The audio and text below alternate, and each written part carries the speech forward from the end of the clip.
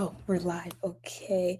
Hi, everyone. Thank you so much for coming out and supporting Blessed Girls event. My name is Gabby, and today I'll be your moderator. We're so excited to have you guys here for the college playbook, your game plan to success. Today's event is all about helping you feel more prepared, more confident, more supportive as you think about college and what comes next. Whether you already know what your plan is or if you're still figuring things out, this space is for you guys. Okay. We can do the next slideshow. Let's see. So this is an introduction of everyone, or the itinerary, I should say. So introduction of Blessed Girls, what Blessed Girls is, what we consist of, and then we'll be introducing our special speaker, Marcy Corton. Then we have a student panel with some college students, and then we will conclude with Caitlin Black. Okay. So Blessed Girls, this is an overview about what Blessed Girls is. So Blessed Girls is committed to provide an experience that motivates girls to embrace their individuality, gifts, and talents. We will nourish the, uniqueness and true identity of every life we touch. After a session with Blessed Girls, you will feel energized, encouraged, and equipped to be great and do great things. Blessed Blessed Girl attendees will learn who they are, what they have to offer, and how they can walk in their own brilliance. Blessed Girl promotes learning, entrepreneurship, and courageous lifestyles that produce strong, motivated young women that will value themselves and promote a positive community worldwide. We believe in the 4 E's: energize, empower, equip, and encourage. So that's what an overview about what Blessed Girls is and what we do. Sorry, I couldn't see. There's more. Blessed Girls will energize the spark that's inside of everyone to smile, be bold, and walk in their purpose. We also empower and equip girls with the tools, skills, entrepreneurship, and encouragement they'll need to be successful. Um, you can change it. So this is our guest speaker, Miss Marcy Corton. She's a retired AVID teacher and from the New Brunswick High School. She's just going to give us some tips for us high schoolers on how we can prepare for college and everything. So she should be brought up shortly. She should be coming up to do her presentation.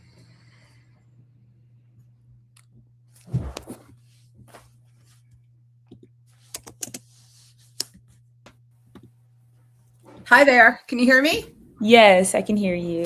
Hi, Gabby. I'm so thrilled to be here and be able to share some of what I've seen over the last 20 plus years as an AVID teacher and helping students navigate the whole college process, which can be really, really overwhelming for so many people. So some of the things that I've seen over the years, I've listed here, and I'm just going to go over them. If you have any questions, please let me know. Not necessarily in this order, but one of the first things people always worry about is their college essay or personal statement. And I'll sit down with a student and they'll say, I have nothing to say. I don't know what to talk about. I'm no different than anybody else. And that's not true. That's not true. You have a story that you need to tell. This is your chance to sell yourself. Why are you different? You want a college to want you. How do you stand out? What can you give to that college? And there's many different ways to write an essay, and there's resources for that and other people that can help you with that. And you want to be sure to talk about you, not grandma, because she's not going to college. You are. And so they want to hear you in your voice. Also, along that same line is people are always like, well, who's going to say something good about me? Who should I ask for a reference? I didn't get all good grades in this class. Well, that's not necessarily important. If there's someone who can speak to you of who you are and what your character is like, that's awesome. It could be a teacher. It could be a coach. It could be a community service member, someone you've done something with, someone who can talk about things other than just your grades. Colleges will get a transcript. They'll see that. They just don't want that. They want to know who you are.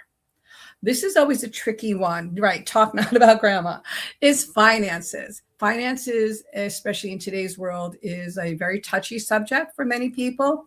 But what I want students to really understand is include your parents. In many instances, I've seen students say, I could handle this myself. My parents are not familiar with this. You need to include them. They have to be part of the process because it's not just you. Even if they're not going to contribute to your finances, you definitely want them part of the conversation. And if you're applying for FAFSA or HISA, if you're in New Jersey, you do need some of their information. And I'm sure that can be talked about later on. I'm going to put three things together: college choice, college location, and career choice. So often students will say, oh, I want to go to, California because I want to get out of New Jersey. I don't want to be here, until the reality hits of what the costs are for the colleges if you're out of state, not being able to see their families as much. And maybe that school doesn't really have something that you want to concentrate on. So you want to look and research colleges to make sure they have what you want to go to school for. You're going for a degree. You're not just going for, to go have a good time somewhere. You will discover a lot about yourself. And colleges out of state, if they're a public institution, there's a difference between a public and a private institution. Private institution, it doesn't matter where you live, but a public one, if you are out of state, it can cost almost twice as much. For someone who lives in New York and goes to Rutgers, for instance, they'll be paying at least $10,000 more for that school. So those are things you want to definitely consider when you're doing that. Along these lines too, when you're looking at everything, is a lot of students are like, senior year doesn't really matter. I want to take all easy classes. I've worked so hard. And make sure you visit too. Actually, Ayana, that is a wonderful, wonderful advice, because so many students won't go to that campus and it won't be what they thought it was. Senior year, still push yourself. Colleges want you. I had a story, and Ayana can vouch for this, of a student who chose not to take a math class his senior year. And he did not get into the school of his choice. And the reason was he didn't take a math class. So they want to see that you are still pushing yourself. Colleges, especially public institutions, are becoming much more competitive. Definitely take college courses that you want, that you maybe relax a little bit, but still show that you are that same person you have been those other 3 years. Community college. There are pros and cons for people going to a community college. For some people, it's a good choice if you don't know what you want to do, you aren't right sure about the finances, you want to be closer to home, that's fine. For other people, they think they may be saving money, but the stats show that an average person spends 3.5 years in community college, which is fine. There's no, running to the race to get to the end result, but it may not be as cost effective or as timely effective as you think it is. You have to really do that digging within yourself and see if that is the choice for you. And for some it is, and others it's not. I keep going back to money also. And yes, join as many extracurriculars. It's so important. Scholarships. Back to money. Colleges cost money. Excuse me. I didn't have a voice all week, so it's back now. Colleges cost money. You don't have to just look for scholarships in your senior year. You can start earlier on. There are some scholarships that are offered for juniors. Sometimes students are even in younger grades. There's a Cook scholarship for middle school students. So definitely start looking at the horizon, Googling scholarships.com, school web. There's so many sites out there to see what money you can get. You want to get as much money as you can. And there's so much money that's left on the table that people don't apply for. You want to make sure that you're the one who gets it. Lastly, this is, and I can't stress this one enough, SATs. This is not my last one. I apologize. SATs and ACTs, a lot of students and schools are now taking them again during, they don't know how to look for them, right? But they really need to start Googling, and you can. SAT and ACTs are important in many schools again. During COVID, they put them to the side. People really weren't taking them, but they are now. You can't just go in cold and practice 1 week for a test like that. You need to take advantage of, there's free resources. There's Khan Academy. There's others. Many schools offer your junior, senior year SAT prep classes. Take them. It's really important to do that. because sometimes that's the deciding factor as to whether they will take somebody or not. Lastly, this one was what was really important. Before you hit submit on anything, whether it be your college application, your FAFSA application, or your HISA application, anything that you do, please, please, please have somebody who's familiar with the process, someone you trust, review everything and proof it for you.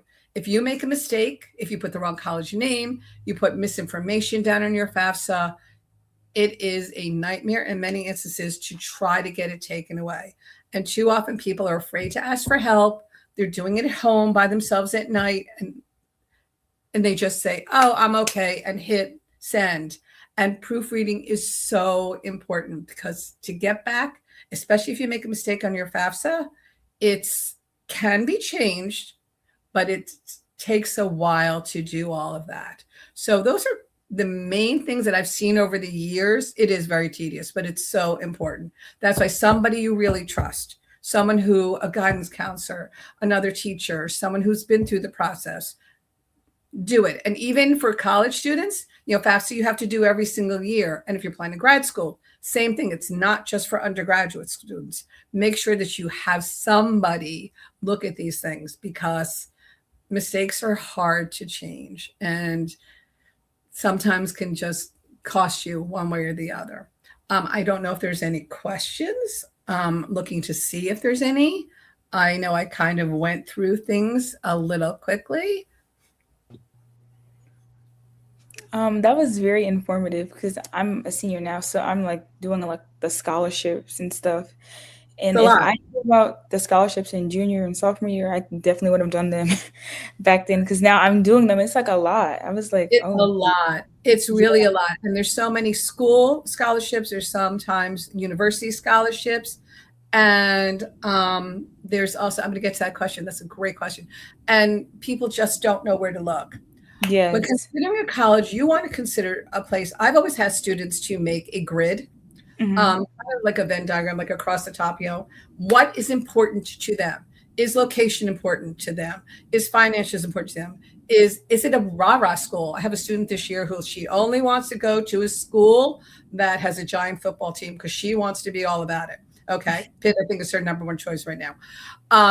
Is, proximity to home, what majors offer, what internships. My own son, who ended up going to American, he was decided between Maryland and American won because they offered the internships at an earlier time than Maryland did. And that was the deciding factor for him, because he wanted to know what to do with that. So I would suggest what is important. What's important to you, Gabby, may not been important to Ayana. So you Yes. know what's going to be important, and then start filling in the blanks and see where it comes. So Yeah. colleges and universities, there are a difference. A college offers undergraduate studies. Universities also offer master's and doctorate programs too. Essentially, they both offer higher learning, but most colleges do not. I think there might be a few now, things have changed a little bit, but traditionally colleges do not have those master's type programs, the secondary schooling that you want there. So, and the difference though is between a private and a public institution. A private institution is usually more expensive, usually has more endowments, more financial monies from private donors that come. However, they tend to give more money in scholarships usually. Public Hmm. institutions, it will usually be a little cheaper, but it will cost more if you go out of state. I have a nephew who lives in Pennsylvania. He went to Penn State. It cost him like 20,000. My other nephew went to Penn State, lives in New Jersey. It cost him 45,000. Same Wow. school, same everything, but that's Yeah. what happened. So it's a lot.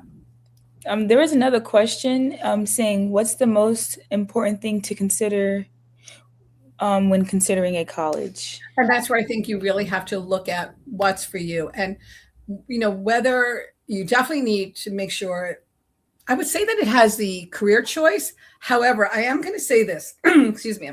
Again, sorry, I didn't have a voice earlier this week. No So many worries. people change their career choices as they go.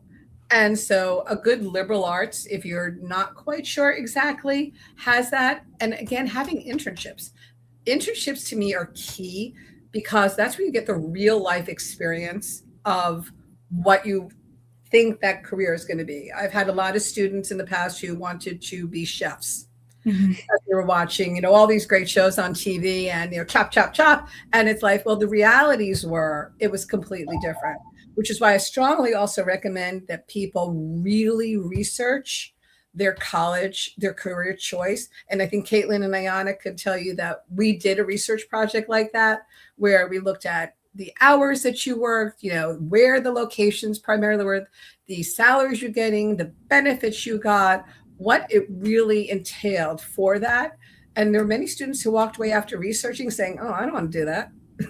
That's not Yes, what I thought it that's was. true. And yeah, so definitely research it and see what they have there too.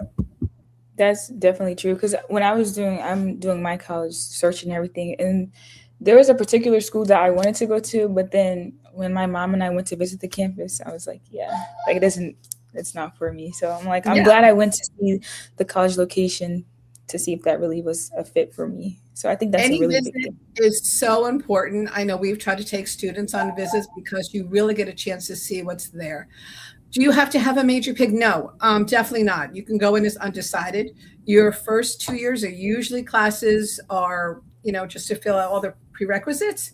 And often at that time, there's a chance for you to take classes that are of other interest for you. So I've had so many students who've gone in thinking they were going to do pre-med. And then after that, they were like, oh, no, this is definitely not for me, and change gears. So, Hmm. so many people change their mind. That's It's very, very common for people to do that. nice. I'm also glad you spoke about like the senior year doesn't matter thing because I also thought that this year, like the first quarter, I tried, but I could have done better.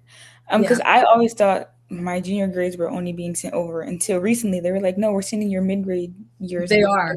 mid grade year. I was like, oh, well, I A didn't know. lot of schools I was like, do want your mid-year grades, and of course, they always get your final grade. And keep in mind, yes, people don't realize this, and this actually did happen to not one of my students, but one of my students' friends who I also know, like 2 years ago. She was accepted into Rutgers. I want to say engineering, but I'm not 100% sure. Anyway, she got very lazy, for lack of a better word, her senior year, yes, and she failed calculus and something else. They pulled her oh, acceptance. no. So she had to quickly maneuver, and she was able to get through Yes, one of the Rutgers schools. Like, she got very lucky, but they do want to see those grades. So you yeah, don't just sit back and relax and say, okay, I worked so hard. This is me. They want to make sure that the student that they accepted is still that same student. That's who they yeah, want coming to their university. yeah.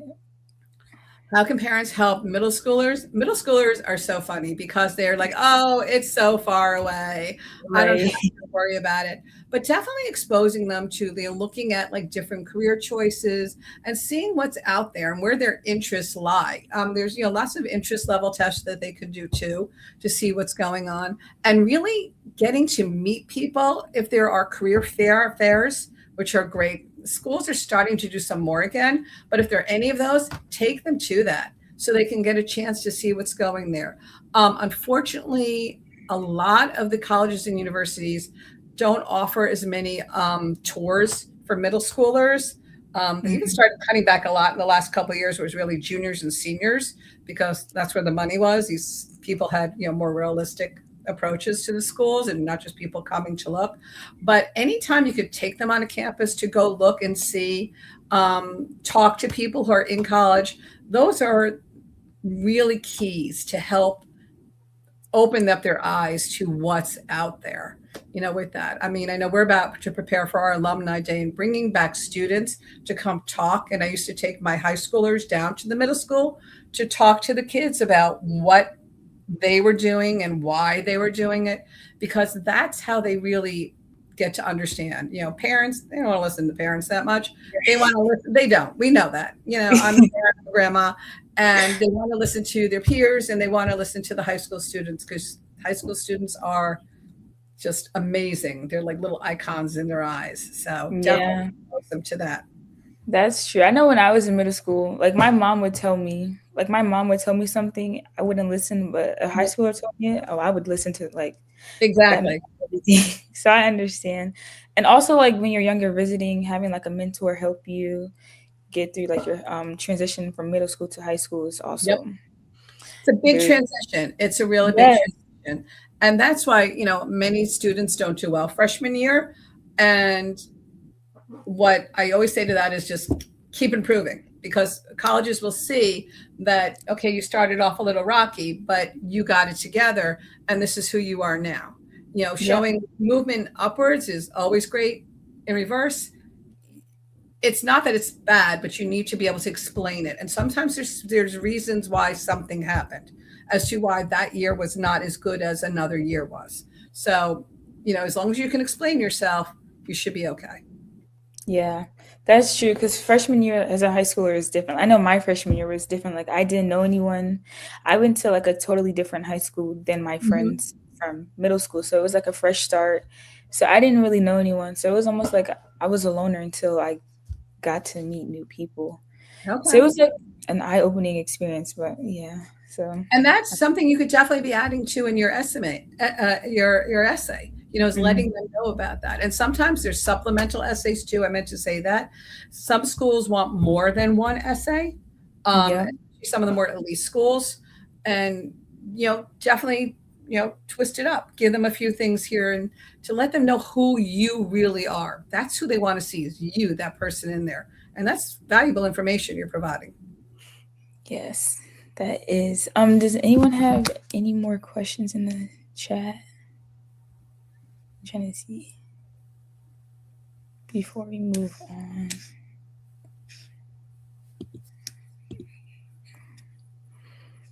No, I don't see any more questions. Okay. Okay.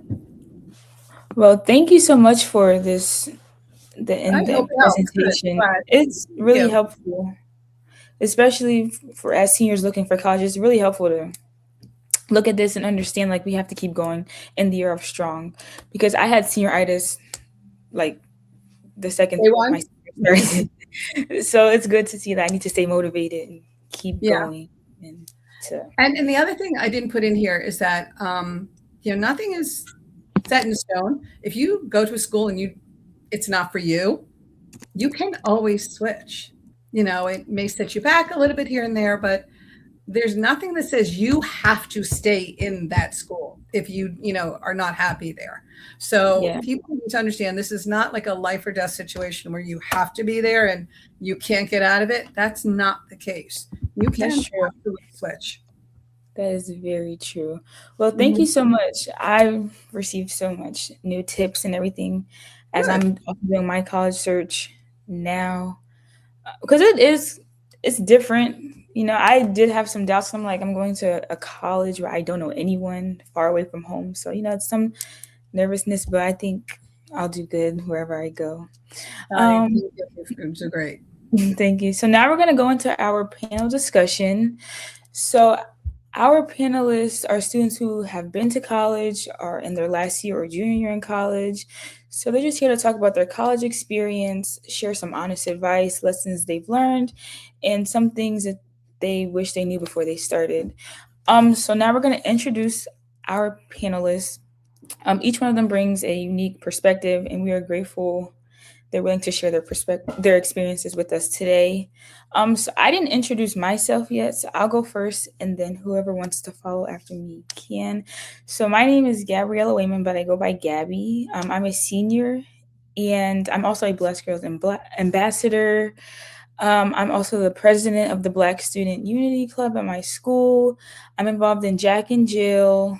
I'm the vice president of the NAACP Youth Council in Bridgeport, Connecticut. Some other things. I'm the youngest of two, and I think that's about it. You guys can go whenever. Okay, I'll start. Hey guys, my name is Ayana Slacum. I'm actually a recent graduate from Albright College where I studied communications for public relations and advertising and business administration. And I'm also a Blessed Girls Ambassador. I attended New Brunswick High School. And yeah, I think that's about it. Thank you. Me too. Hey everybody, my name is Caitlin Black. I'm also a Blessed Girl Ambassador. I currently am a junior at the illustrious Delaware State University, and I'm also a mental health advocate. I'm also the CEO of my nonprofit, the Wyzea Foundation, where we provide mental health kits to those who suffer from um, mental illnesses or just young people who just need that extra push with mental health.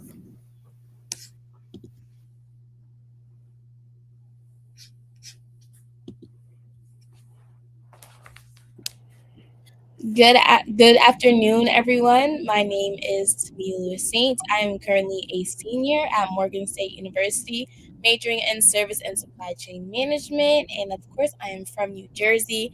I am as well a Blessed Girl ambassador. I am a speaker. I love all things Blessed Girls. I love all things fashion.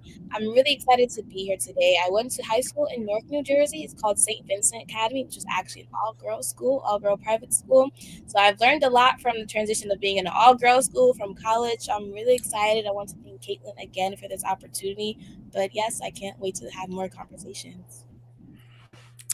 Yes, thank you guys for introducing yourselves. I'm so excited just to be talking to you guys to gain some insight from you guys as I'm also on my college search. Just to get us started, I'll begin with a few questions and then we'll open it up for a discussion. So the first question is, what advice would you give students who are nervous about starting college? Anyone can Um, start. Oh, sorry. I can start. I would say that you don't need to have everything figured out. Life is a journey. It's all about making mistakes and learning from your experiences. So, as long as you take a deep breath, see if college is the right fit for you because college is not the right fit for everyone. And, like Miss Corton said earlier, it's okay to experience college, but I will say complete your entire first year so that you don't have to pay any dues for breaking contracts or anything like that. Um, and yeah, so pay your dues, see if college is for you, and if it's not for you, you can find your alternative. Kate, you can go. Okay, I would say don't try to figure everything out at once. I feel like a lot of times like people want to like they're in the college process they be like, I need to do this, I need to do that, I need to do that.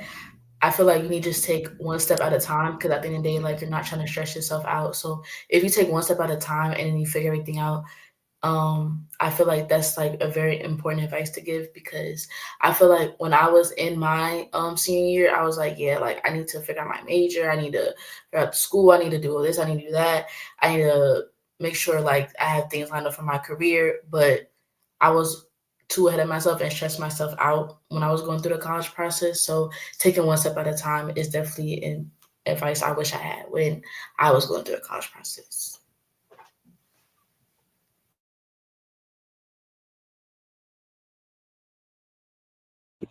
And then for me, something I wish I know or an advice I would give, honestly, is to take it all in, not so much where you're feeling overwhelmed, but making sure you're learning a separate piece of information from everything that's going on. Because freshman year is when you truly learn the most when it comes to friendships, when it comes to education. So I feel like you need to take like every little bit of pieces from what you learn and put it together in the puzzle because it'll all come back full circle. Like when I look back, it'll be like, wow, like freshman year, maybe if I would have been more intentional about this friendship, we might have been more closer, but not like regrets in certain things, but just knowing like, okay, just try being intentional. So just really taking those lessons when you first head on. Yes, thank you. So, yeah, I have a question for you. So, what was the biggest adjustment you had to make when you first started college? I would say enjoying my college. When I did take a tour of my school, I love like the atmosphere, the way that the school looked, and things like that. Like it's in Pennsylvania, so you know Pennsylvania is very woodsy and very florally, and I'm just that type of person. So I really enjoyed that part. But like every single entire weekend my freshman year, I was driving back to New Jersey. Like, it was just so hard for me to stay at school because I just felt like I didn't know anyone. Like, I had imposter syndrome. I'm like, am I really supposed to be here? And then after like taking time to just be like, okay, this is your new experience.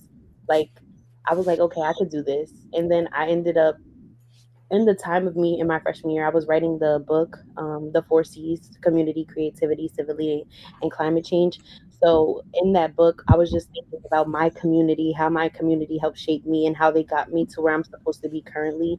So, I was like, I can't let them down. Like, I gotta finish. Like, I gotta do what I need to do. So, it was just more so about taking that moment to reflect on where I'm at, being appreciative of the space I'm in, and like just getting involved in extracurricular activities and trying to put myself out there to be like, okay, this is my new real. I have to make it be what I want it to be. College is all about what you make it. So if I don't do nothing and just sit in my room, then this is not going to be the best experience. So after taking reflection, that's what allowed me to be able to get through. Gotcha. Thank you.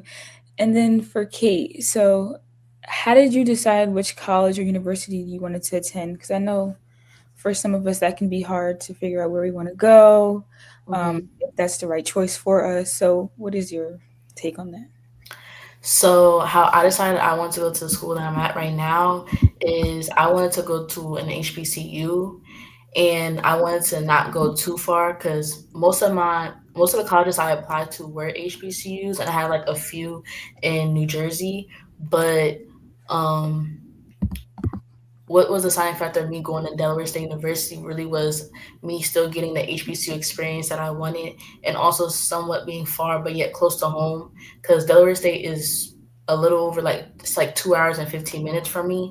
Mhm. So that really, like, I had literally both. I wanted to be far yet close, and I wanted to go to HBCU. So I feel like that was a perfect school for me. Also, when I visited Delaware State University, I just felt the energy and the vibe there. Like, I just felt I like the energy was just there, and I feel like I could thrive in the energy of being at that school.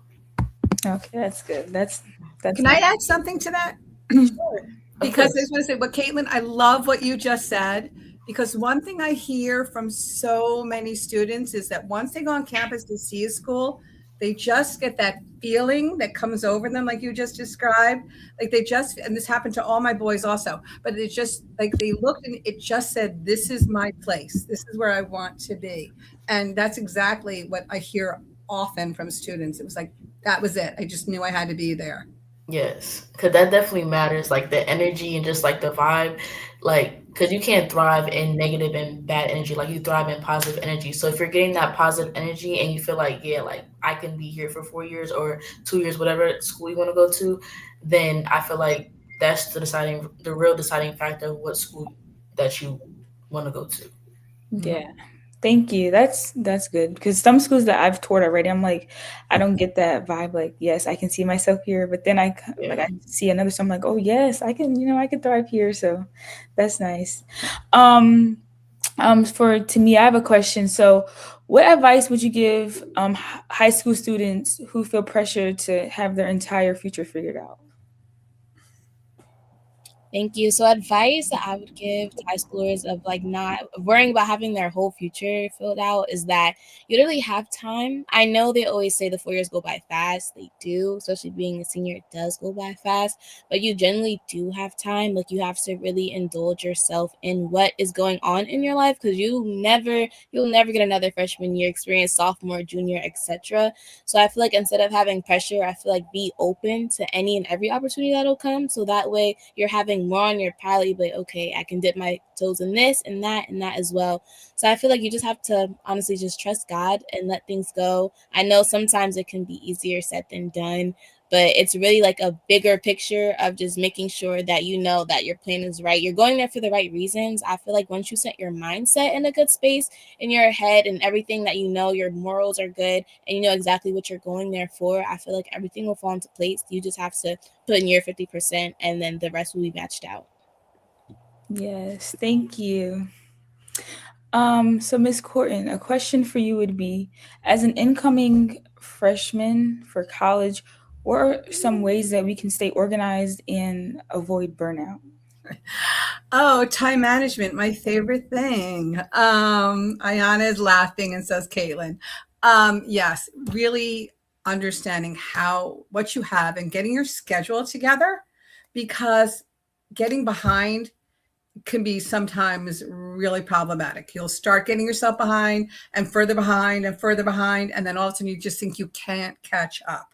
And that's not necessarily the case. So either getting an agenda, something to get yourself, however you use it, your phone, a regular hard copy book, whatever it is, to write down everything that you have so you can keep track of when assignments are due. You all know that there is no such thing as late assignments. Those that will start setting you into a really bad spiral if you're not careful. So understanding what you need for time management. If you had great time management skills during high school, you're set. Continue them. It'll be awesome. If you didn't, it may be something you want to work on and try to figure out a better way of getting yourself a little bit more organized. Also, looking for resources for people to help you. Some people writing that first college essay in school will be different than high school, even if you had an AP class. So going to the writing center and being aware of what is on that campus for you. There's so many resources available for freshmen. Take advantage of them, search them out, and make sure that you know where they are. And don't be afraid to ask for help. Thank you. That's something that I've been trying to work on as well for time management. Just being so busy, like senior goes by so fast. I'm not trying to stay on top of my assignments, doing everything while also doing my extracurriculars. So that's something I'm currently working on right now as we speak. So for Yana, I have a question. So like for me, something I was worried about for college was like my social life and also my academic life, balancing the two of them. So how did you balance the two while being social and still being in, on your academic courses and stuff? Yeah, that's a really great question. I feel like it's easy, but it's hard. So for me, I was involved in a lot of different things, like a lot of different things, on top of still being a student. And the way that I just really balanced everything was having a planner, like a physical planner where I write everything down, and then also to using my phone calendar. Just because, like, not everywhere you're gonna be like, oh, let me pull my planner out my purse. Like, who's doing Right. that? And so having your phone just to be able to mimic what is exactly on that planner is really good, because I always set my alerts for like 30 minutes to an hour beforehand, depending on what the day looks like, or, how things are. So I feel like having that 30-minute, maybe even 15 minutes, if like, okay, an hour is too long, 30 minutes and 15 minutes, just making sure you have that alert on. So you'd be like, okay, let me get up from a nap, or let me do this, that, and the third. So I would definitely say having that stuff in terms of time management. And then in terms of socially, I feel like when it came to me getting involved in different clubs and organizations, it was stuff that I was very, very interested in, and probably things that people I associated with was already involved in. So I would always just talk to them when I go to like those events, or like when I host my events and things of that nature. And plus, I worked at the gym, so I would see people all the time. So I would always talk to people while I'm at work and things like that. But I would say that I had a lot of people who I knew and who knew me, but I didn't really have Hmm. friends. So that's the real key. Okay, thank you for that. That's something I was like, how am I going to balance academics and then also still have a social life? Like, not just be so focused. Yeah. So for Kate, the question I have for you is, how important is it to find a support system, and how did you find yours when you first started? Um, I like this question because I feel like my social life has changed from freshman year to like my now junior year. Because when I first came onto campus, like I was an athlete, I was on the women's tennis team. So really, my social life wasn't really a social life. My social life was literally I was with my teammates. Hmm. We go to the dining hall. I was with my teammates. Um, it was practice 2 hours every day, workouts for an hour each day. Like I really didn't have a social life freshman year, which is something that I regret because it kind of hindered, I feel like, my growth as a person and not having a social life, because that is very important for your personal growth. And I would say once I stopped, not saying if you're an athlete that you don't need a social life, none of that. I'm saying like I should have balanced both of them out better. But I would say I began to have a social life my sophomore year. I started going to more events. I wasn't just in my room because being an athlete, like I was either in class, practice, or sleep. So kind of me, my end of sophomore year, I would say I really got into really having a social life and venturing out and meeting new people, going to different events and joining organizations. And a lot of my friends in college now are people I met through going to these events and stuff like that. So, and it kind of helped me get to where I'm at right now. And literally, like, they're my closest friends. I feel like I'm more closer to them than I am with my friends from high school. And it got to a point where literally every Sunday we always have like family dinners to like reconnect and just like have just a time to like calm down out the week. Like Sundays are a day to like really like hang out with each other and stuff like that. And that's something I would say that I love that I got to have in college, and I could say that I have like actual college friends because I couldn't say that my freshman year. So yeah, I definitely say going to events definitely helps you get out your circle and help you really venture out and find that support community on campus because they're there. But if you don't make the effort into meeting new people and going to these events, then you're not going to really have a strong support system on campus. Even not even just friends, also like professor wise as well. Like I'm still close to my professors from my freshman and sophomore year because I went to their office hours when I needed help with an assignment. So it really is you taking the initiative in college to really get out your shell and like just do it. No, that's a good, Kate. Because I know, like, even when I went to high school, like when I'm my freshman year of high school, sorry, I was so like nervous. I didn't talk to anyone. When I had my freshman orientation, I was by myself. I was fine with being by myself. Like they had like did partner groups. I was by myself during everything. So now seeing like it's like starting to branch out and stuff is good to know, like to be involved, go to social events, and just stay involved. Thank you, Kate. That was good. Um, so Tamia, so what are some ways that students can manage stress and mental health in college? If we feel like I know like sometimes for exams and stuff, we start to feel overwhelmed, and like if we have like a heavy workload or something, like what are some ways we can manage that? So honestly, I didn't really learn how to manage it that well, I would say until maybe my junior year or maybe like the end of my sophomore year, only because it was so much with me as well. Just to relate back to Caitlin, my freshman year, I was also an athlete. I was a majorette dancer. So everything was with the band, traveling back and forth. Like looking back at it now, like I really couldn't even tell you how I managed to get good grades and do it at the same time. Like I really don't know. Like it was all God. I really don't even. I didn't have a plan or anything. So what I started doing my sophomore year, familiar to what Ayana was talking about, was writing everything down. That actually helped me physically seeing it because I was getting dates thrown at me all the time. Like you have something on this day, something on that day, and I realized I can't remember everything, so I had to start writing things down. So the way I did it in my sophomore year, I had a notebook, like a journal, and what I do, it was very intensive. Like I don't do this anymore, but it's how I started. What I would do is I would literally write down my day from like 8 a.m. to 5 p.m., like how it would go. Like, okay, I want to do this at this time, this at that time. Like, of course, it wasn't always exact, but like that's how I was doing it. And I was like checking things off. I think I like the process of like scratching things off my list. But to manage your stress, I think you really have to find either those planner ways or even fun ways. Because me, like, I love dancing. Dancing was the way to take things off my mind as well. But honestly, my friends, I love a good laugh, jokes, eating. You can have good and bad habits, but stress for me, I was never totally stressed a lot. I don't, or maybe I just managed it in different ways. I'm not too sure, but my college experience, like I don't ever like look back and see myself as stressed.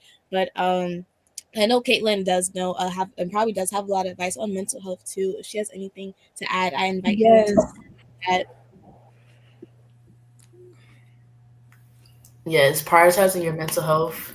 I'm telling you, like when you're in college, that battle, that battle is different. Like people really don't realize how important mental health is. And I feel like me personally, I didn't take mental health serious until I got to college, and I wish I took it more serious when I was in high school Hmm. because it really does play a part in your college experience. And there's so many resources on campus. Like I'm not gonna lie, I didn't find out till like my sophomore year that we even had a counseling center on campus because it was never talked about, Hmm. and nobody has those conversations about mental health. And I feel like those conversations definitely need to be had when talking about college. Like it's very essential to talk about mental health because like I said, challenge college is challenging, is hard, and if you don't take those 5 minutes out your day to just breathe, Yes. it's Yeah. it gets challenging. Yeah. No, let me add something to that. No, I definitely agree because for me, I would say I wasn't really stressed in college like to me, but it was times around like midterms or like days where I'm like, okay, I got this really big event for this club, but I also got this really big assignment and I got to do this, I got to do that. Like it was just like that. I wouldn't call that stress. I would just say overwhelmed. Like I was just Overwhelmed. overwhelmed with all the things that I had to do, and the I just like it was just a lot, and it's okay. You have to learn how to say no. No is a full statement and a full answer with a period, exclamation point at the end too. Like you, no is okay to say. And sometimes you will lose friends and people by just saying no, and that is okay too because it just shows that they weren't really for you. They're just worried about how how they can benefit from your relationship. So learning how to say no and taking time to yourself and resting. Every day I always try to take a 30-minute nap. Even if I didn't take a 30-minute nap, I just did nothing in terms of school, work. I just sat for 30 minutes, whether it was doom scrolling, something just to help me just take a break Hmm. because it can get very overwhelming at times. No, that's good because like for me and being in like a senior, everything is going so fast, like I stated before, and so like I'm so used to being on the go that like I don't ever take time for myself. So now I'm trying to like tell people like no, I don't want to go, even though it's hard for me because like I'm always like I don't want to hurt their feelings. I don't want them to be mad at me or. But it's like right, so I'm like, you know what? I need to say no, and they'll do what they do. I have a Yeah, Um, sometimes you gotta be selfish with that. yeah, Like be very selfish when it comes to your personal mental health. Yes, and quickly to add as well, like I've learned that it's okay to be down sometimes, just as long as you're not staying in that down. Like if you need, like I said, if you need to take a nap, you take that nap, but don't drag it and take a 3 hour nap when you know you have stuff to do. Like you don't want to sit and drown in that. You want to make sure you're being productive. You give yourself grace, but you don't make it turn into a habit. yes, that's good because sometimes I take an hour nap and I wake up it's like 8 o'clock at night. I'm like what happened? So that's good. um, so for Ms. Courtney, I have a question. So how early should students start to think about internships and networking? Pretty much, I would say almost right away. Internships, like Caitlin said, your school, your campus will have a career center that will be that you can take advantage of. Sometimes they don't let you do internships until you're at a certain year. I know for my son, that was part of the issue. That's why he didn't go to Maryland. He wouldn't have been able to do internships till his junior year based on his major, whereas American let him go right from his freshman year. But you want to go start networking, go meet people. Honestly, that's how you get in the door. It may not get you whatever job or whatever else you want, but it's going to get people to see your face, know who you are, and make connections. Connections are so key. And again, internships, I can't stress how valuable they are. I mean, my own personal experience, I thought I was going to be a lawyer. My girls know that I've got a big mouth. And I did an internship with a lawyer. I wasn't at Rutgers and I didn't love it. It was quite honestly, for me, it was boring. It wasn't what I thought it was going to be. And that was very eye opening because what you learn in the textbooks and then the reality are not often, always the same thing. It's very, very different. So getting that experience is so important. It will help get you through the door. I know all three of my boys had internships during college, and it definitely helped get them the jobs they eventually had once they graduated. So internships, go to the Career Center, see what the guidelines are, whether you qualify freshman year. I would definitely would not do anything first semester freshman year. Mhm. Acclimate yourself. But by sophomore year, sure, why not? Okay. Do you guys want to add on to Yana? Do you want Yeah, to go? Okay. I can add. So I would say for me, I'm kind of upset at myself that internships wasn't really talked about heavily. Just because right now, since I'm post grad, yo, I don't got a job. I'm being very transparent. I don't have a job, but it's coming. I'm a very particular person, and I don't want just anything. So like, I'm very strategic as to where I'm applying, where I'm looking, and things of that nature. But please get an internship. There's a two companies that I will tell you guys to apply for. One, oh wait, I don't remember the second one, but I'll get back to y'all. But the first one for sure, definitely do Inroads. Inroads is a really good internship company. They also help you with other things besides internships. They also send out scholarships like all the time. Like it's just a really good place to be because it's for people who look like us, minorities, and they help you. They have their part. They pair up with a lot of companies, and just having Inroads like on your resume or anything like that, like it's really really good. And people typically help you more because you have inroads on your resume or something like that. But it's a really good program. I would say start as early as, you know, I would start looking maybe spring semester of your freshman year, like for internships, because the more experience and the earlier that you have the experience, the better. Because that experience, you never know. You might meet somebody at that internship where they might be like, oh, okay, when you getting ready to graduate, circle back with me. And it's okay to like have an internship for 1 year and maybe change to another one, and like maybe, go around, go, don't stay at one for so long. And I'm only Mhm. saying that for speaking from experience, because I feel like I shot at myself short by just staying at one internship because of comfortability and like just, things like that. But I would definitely say take the time to go to multiple internships and do a different one each year. If you could have one at the end of your freshman year, great. Like that's a plus for you. I'm proud of you. But if you can't, that's okay. Like your sophomore year, definitely you should be having an internship that summer and beyond, because it's gonna count. And you have to, I'm about to tell y'all, use AI. Use AI to Yeah. help you when it comes to applying to these internships and things like that. Like you want to put your resume into AI and say, hey, and put the job description. This is the internship that I'm applying for. I need my experience to be tailored specifically to this job description, using the language. Like you want it to help do the work for you, because at the end of the day, everybody's using AI. And the main thing that people are looking for when it comes to internships, jobs, anything, is the keywords. If you don't have the keywords that's in their job description on your resume or anything like that, it's not really looking too hot for you. And I'm only saying that from experience because I ain't got a job. And I was just using the same resume, using the same resume, and look where it's landed me. I'm still at home, Mhm. y'all. But now that I took the time to like really speak to other people and get that experience and that feedback, I know like using AI would definitely help me to be able to change things around. Gotcha. I just To me, said there are some schools also that require you to do co-ops, which are internships that are part of your major. I know Drexel is one of those schools. There's schools in Boston also that they insist that you do it before you get your degree so that you really get that added experience. That's how important they are. thank you. To me, did you want to add something to? Yes, thank you. I'm not gonna try and make it too lengthy because when it comes to like internships and stuff, like I'm very passionate about it, and there's a lot of like expectations versus reality that I've learned.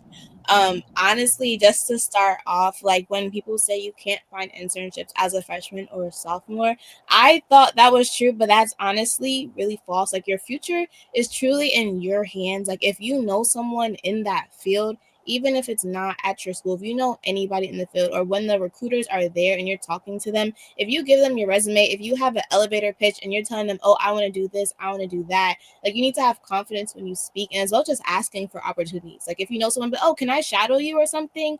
And I'll know, I know our generation is really heavy on getting money or whatnot, but if some things are just getting the experience, I promise you it'll pay off during the long run. So if you can get any type of experience and just build up your portfolio, that's better than anything.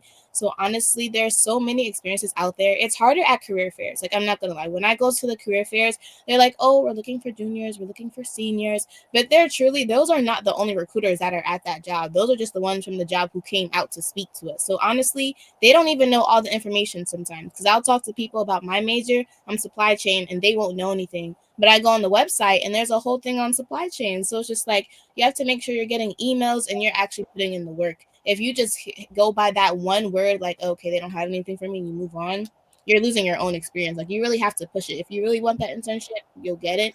And then just speaking from the HBCU point of experience, if you go to HBCU, there's so many connected internship opportunities for freshmen and sophomores specifically. It's fall or grades, but I feel like it's really important because no one really caters to freshmen and sophomores. So going to a HBCU, there's a website called Thurgood Marshall College Fund, and I actually participated in some of the events.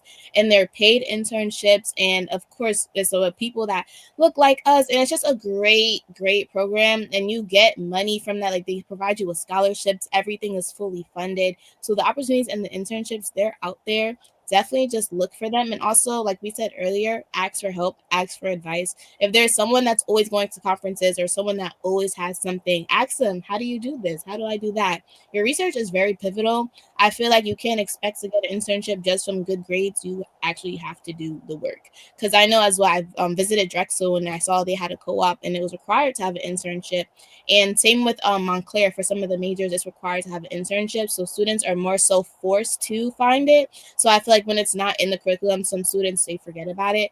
But I remember this one piece of advice that I got when I visited Montclair was that, what's the point of being 4 years in college if you're not getting any experience? So my main point of that is like, you're in, that's a, like, having that email edu, you have so many advantages. So you want to take that up to the notch. So why not figure out who can help you, and you get free money. Being a student, they love that. You're still learning, you get money for any and everything. So like, I just say go for it. Don't ever listen to that first no, because there's probably like 5,000 yeses behind it. And just put yourself out there, and honestly, you guys got it. Thank you. That was really good. You did good. Um, and then Kate, did you wanna say anything? Yeah, I'll add something. Also, too, I feel like for those who are going like the healthcare route, because I'm a kinesiology major, and a lot of times, a lot of internships, a lot of um, opportunities, sometimes a lot of healthcare professional, I know for like physical therapy, you can't really like intern because you have to be certified to do certain things. But I say, like, even if it's like going there and saying, oh, can I just help clean up after the next client, or just like do simple stuff like that, even though you're not getting the actual experience as like if you were working as a physical therapist or a healthcare worker, you're still building that connection with them, and eventually that they're going to actually don't want to work there. So like, for example, I did a similar thing. Like, I went to a physical therapy facility, asked them if I could just get observation hours from them, just like cleaning up and like just seeing like what they do, and they had no problem with it. So it's like, don't be discouraged if you're not gonna get like an internship or you're not gonna get paid. Like everyone else said, like just getting that experience is just very important, and it could lead you into getting paid in that career, even like working for them or like for anybody else. Thank you. That's a great conversation. Okay. So the next questions for everyone. So what are some things that keep you guys going when things start to feel overwhelmed or it just becomes a lot in life? Like, what are some things that you guys do? Yeah, anyone can go, whoever feels. I can start this one. Okay. Me, it's remembering my why. I've learned that in college. So going back to that intentional, like, okay, why am I in college? Why do I want this? What is my goal? Really learning what you're there for. And then I'm also remembering, like, my parents, they helped me a ton with school. So it's just like they're pouring into me. So I want to be able to pour it back into them. So really just remembering why you're there in college. I feel like that's something that you really have to deeply analyze. And so going into, okay, I'm here for a reason, and getting like what you want to get out of it. Like, I started college being a majorette, as I said before, but then I had to come to terms like, okay, this is taking a lot of my time, and I love dancing, but I didn't come to school for dancing. So I had to, reroute my whole self and evaluate and figure out my why. So to answer your question again more specifically as to things I do, I would say I also just like reflect. I wasn't doing that a lot. I have to reflect. And also, don't compare yourself to other people, because you'll see that a lot. You'll see people doing this and you feel like you're not doing enough. But honestly, you just have to remember that your purpose and your life is different from other people. So honestly, the main thing, the main conclusion is remembering your why. Because I feel like once you reflect, your answer is so different to everyone else. So it's just like you can't always have the same thing as everyone.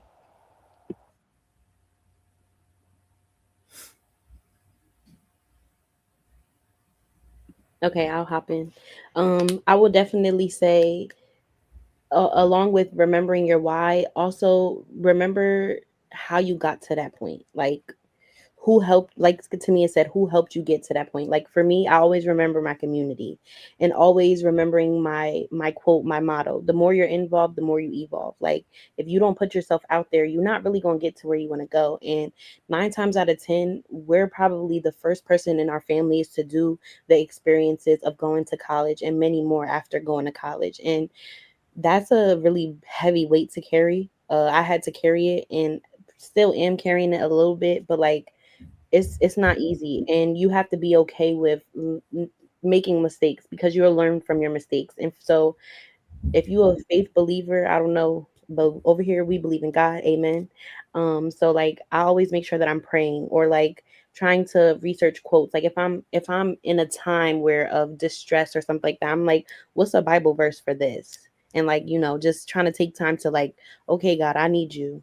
Like, I don't know how I'm gonna get through it, but you've helped me up until this point. I know you still gonna help me finish, but like, right now it's tough, and it's okay. Like, life is not easy. It's not a walk in the park. So Just to piggyback off of Ayana and Tamia, just literally your why. Like, I grew up with a single mother, so I know, like, she worked hard for me to even get to the point where I'm at today. So my why is, she's always part of my why. And just that support system that I have around me, like my family, and that really just keeps me motivated too. Also, what else keeps me motivated is just what I want to do. So like, I'm passionate about wanting to be a sports physical therapist.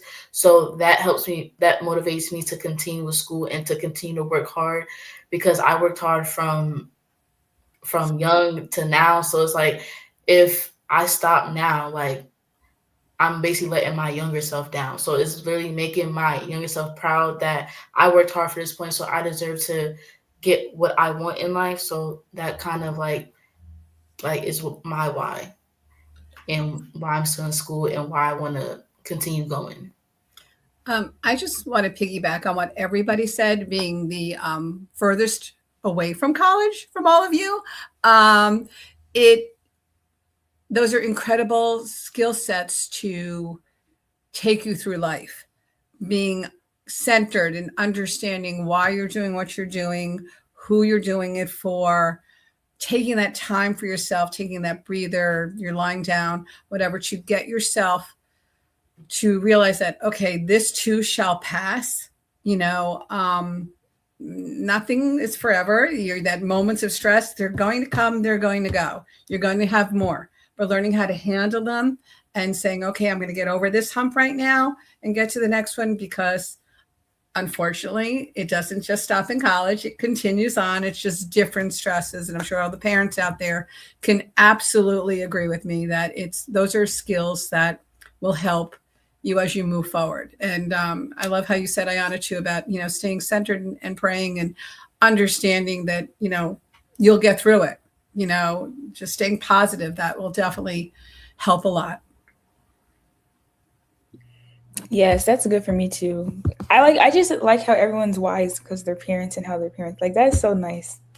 Um, so another question for Miss Corton would be, Oh, um, what should high school students start doing now to prepare for college success? again, I keep going back to time management because that's one of my favorite things. It's really important to know what you have to do and when you have to get it done. Because if you can get yourself on the right track to be started, you're going to be life will be a lot easier for you, and that you won't feel as overwhelmed when those deadlines start pounding at you and you realize you haven't been able to put things in perspective. Also, doing your research, talking to people, looking what's out there, seeing, okay, what careers do I think I'm interested in, and what schools are there, and talking to your parents. Some parents can, be very helpful in terms of saying, well, we want you to go here, but we can only give you this. We, need you. I've had students whose parents really needed them to stay close to home, and they needed, that was not really their choice, but part of their family, they needed to do that. So, your research, you're talking to your family members, talking to other people, and really definitely getting the networking skills, but also, again, learning how to manage your time, because that is a life skill. Because time management is going to take away a lot of those added stresses and things. I know for me, if I have that list, because I'm still a list maker, there's lists all over my house, and the satisfaction of crossing something off, like Tamia said, is so wonderful. You just feel like you've accomplished so much. But getting that, it just really takes you down a notch each time. So getting those habits set will make life, I'm not gonna say easy, but more manageable. How's that? Thank you for that. Thank you. So for the last question that I have for the panel, I've really enjoyed this panel so far. I've gotten great tips and really good insight on what I should expect for college, how I should do certain things. First of all, my time management is going to improve. And so the last question that I have would be for everyone: how do you guys define success, and has that definition changed since starting college? And yes, anyone can, who feels free to go, can go first.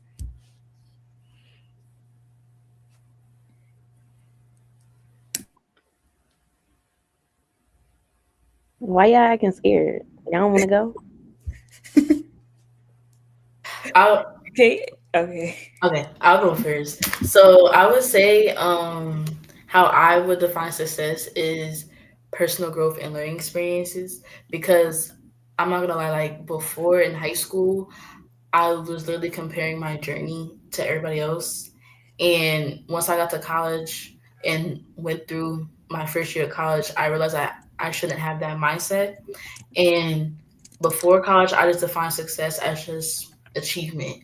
And once I got to college, it changed to success being personal growth and learning experiences, because I feel like I found myself in college. I feel like I wasn't sure about myself in high school, but once I got to college and experienced college, I feel like I found myself, and I learned like what is meant for me is going to happen to me.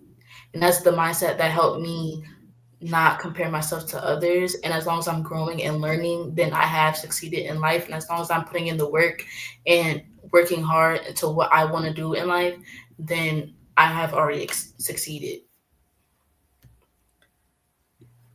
Yes, that's good, Keith. I'm going to just define success a little differently as the older adult in the group.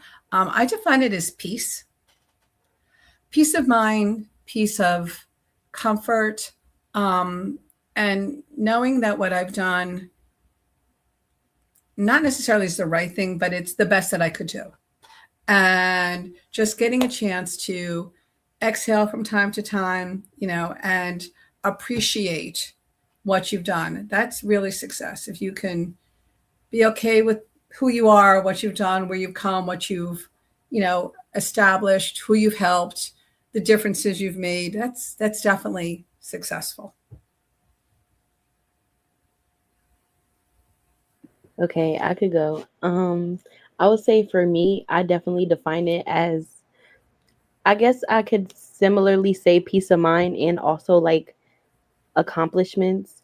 Um, I would say peace of mind because once everything is done, that's when I like am able to rest and like feel good and like knowing like, yeah, I did that. And also hearing feedback from other people too. Like it makes me feel good too. Like, okay. Cause for me, I don't know if this is good or bad, but like I like to make other people feel good about something that I may have did or something like that. I don't know if that makes sense, but like knowing that someone else benefited from something that I contributed to makes me feel good. So that's how I personally define success. And then for me, honestly, I'm still defining what success means to me. It's actually really fun that you asked this question because when I graduated high school, my uncle, who plays like a very pivotal part in my career, he came up to me. He told me a few things, and he was like, "Something that you want to do is define success for yourself. What does that mean for you? And that's how you want to go about like with your future and your aspirations."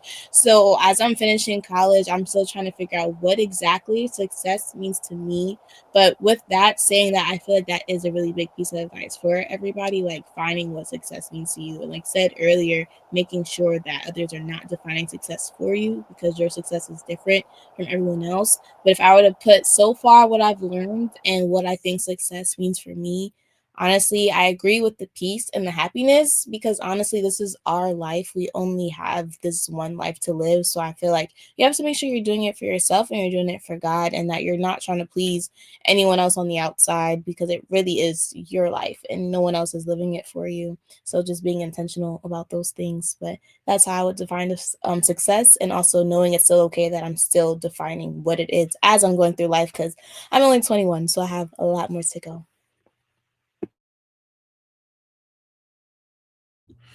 Yes, thank you guys so much.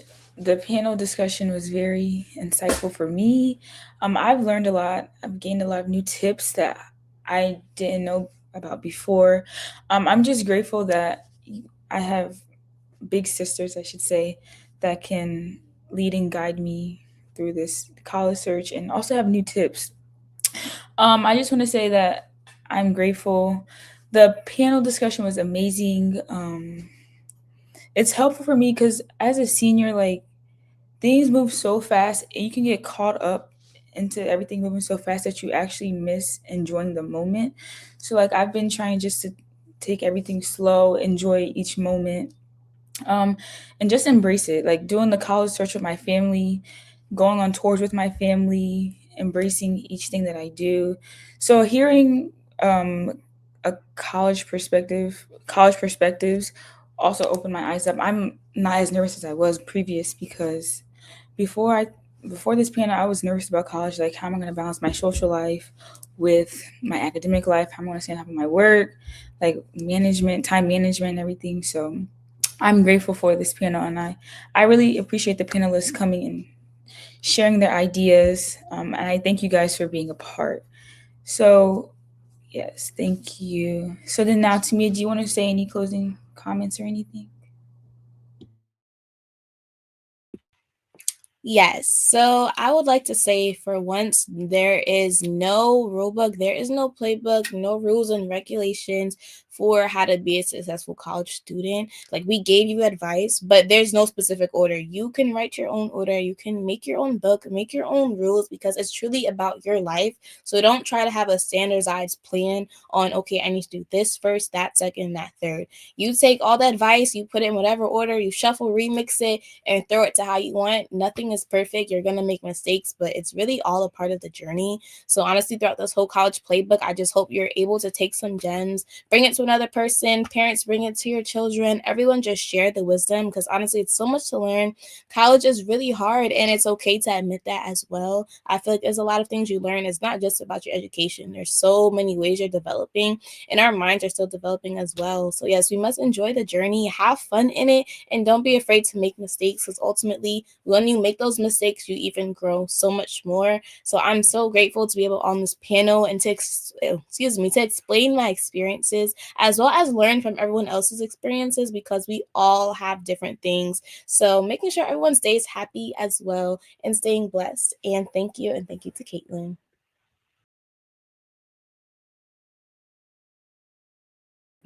Not y'all putting me next. This was not the order. But thank y'all so much for watching. I hope you really enjoyed this time listening to all the tips and tricks.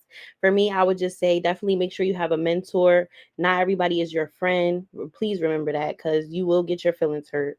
Um, and I'm sorry if that was a little harsh. I'm sorry, y'all. But also remember that your community is your people. Don't forget to lean on your people because they're the ones who are going to be there for you 9 times out of 10 when nobody else is there.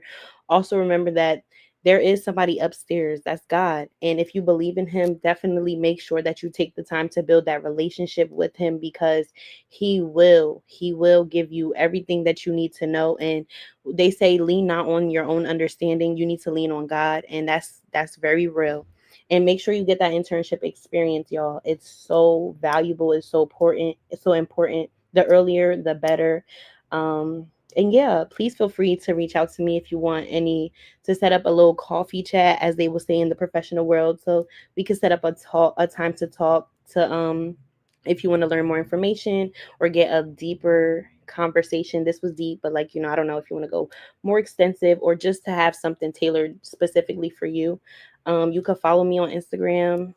I'll be on there for a little bit. And yeah, my name is YANN 3 eyes underscore 4. Thank you guys for listening. I hope you enjoy. Oh, I'm up. Hi. Hi there. First, I want to thank everybody for oh, on, yes, okay, for giving me this opportunity to share with you. I am thrilled to have been here. I have a saying, or it's a quote rather, and my students have always known that this is my favorite quote of one of my favorite quotes of all times. You didn't come this far to only come this far. You have been working so hard all these years. Don't stop now.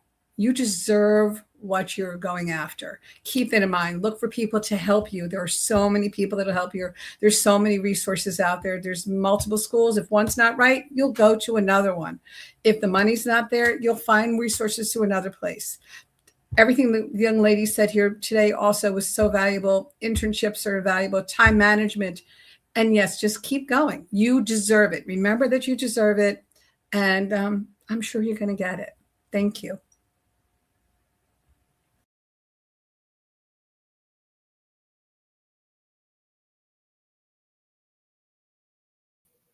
Okay. Hey y'all. So I just want to say when you're in college and just the whole process, my advice would really be to use your voice and to speak up about yourself because I feel like if you don't use your voice, you're not gonna really grow in life. So I would say use your voice when you're in college, um, and just be yourself. Cause I feel like a lot of people lose themselves in college. So be yourself when you're going through college, and I'm glad that this event happened and that me and the panelists and also the moderator as well, that we can be a light and help you guys through the college process.